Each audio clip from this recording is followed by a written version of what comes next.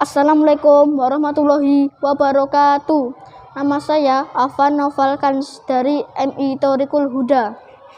Saya akan menceritakan cerita rakyat 33 provinsi dari Aceh sampai Papua yang dikarang oleh Yustitia Angelia, diterbitkan oleh Lingkar Media.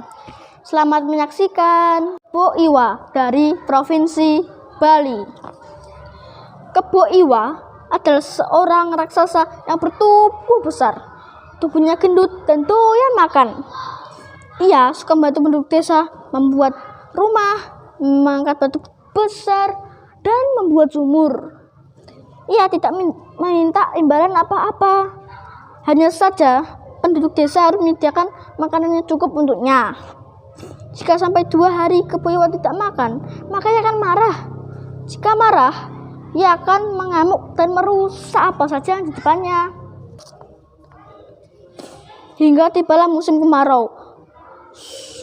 Semua lubung padi milik penduduk mulai kosong. Beras dan bahan makan mulai sulit diperoleh. Setelah sekian lama hujan tidak kunjung datang, penduduk mulai khawatir dengan keadaan Kebo Iwa. Jika ia lapar, ia pasti akan mengamuk. Benar saja kekhawatiran penduduk. Suatu hari, Kebo Iwa merasa lapar, tapi makanan belum siap karena persediaan makanan penduduk desa sudah habis. Jangankan untuk Kebo Iwa, untuk mereka makan sendiri saja sudah tidak ada. Kebo Iwa pun marah dan mengamuk dan menghancurkan rumah-rumah milik penduduk.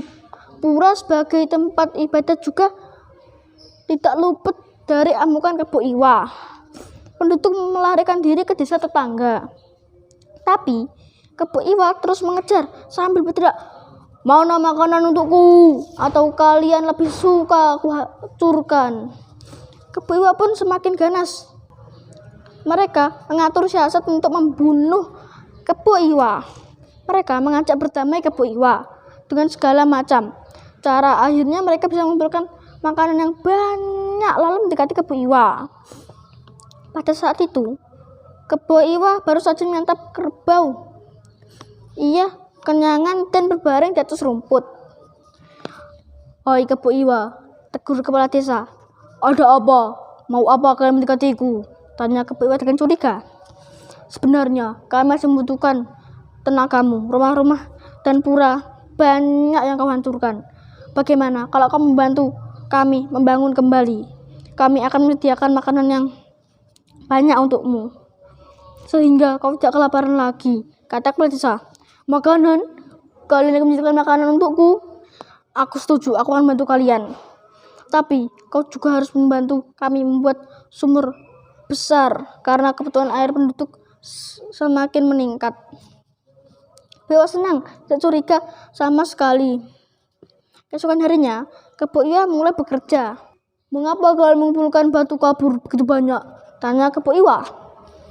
"Ketahuilah Kebo Iwa, setelah kamu selesai membuat rumah dan pura milik kami akan membuatkanmu rumah yang besar dan sangat indah," kata kepala desa. Kebo Iwa pun sangat senang mendengarnya.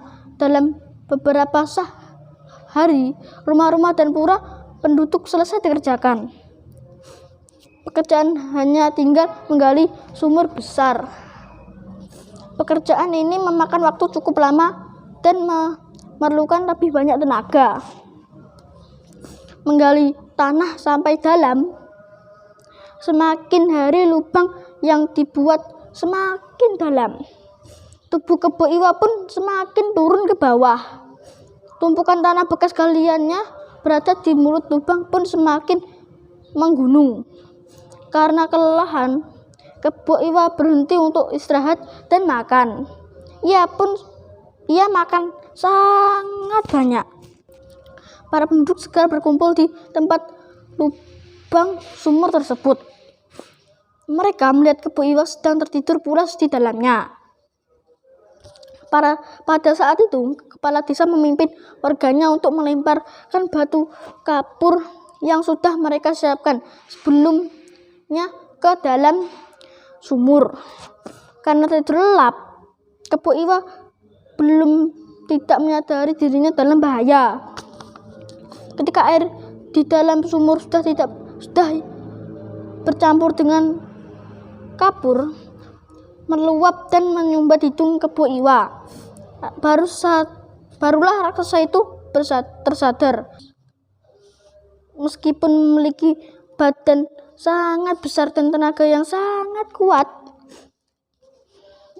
ia tidak mampu melarikan diri dari tumpukan kapur dan air sumur yang kemudian mengubur hidup-hidup Kebo Iwa, menggelepar selama beberapa saat.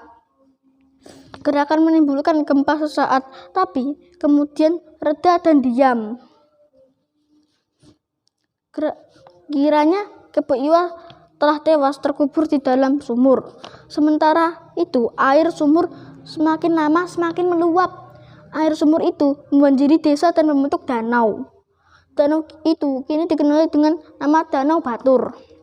Sedangkan timbunan tanah yang cukup tinggi membentuk bukit menjadi sebuah gunung dan disebut Gunung Batur. Itu tadi cerita yang saya sampaikan. Pelajaran yang bisa kita ambil, jangan menjadi orang rakus dan saling menolong sesama manusia. Sekian dari saya. Wassalamualaikum warahmatullahi wabarakatuh.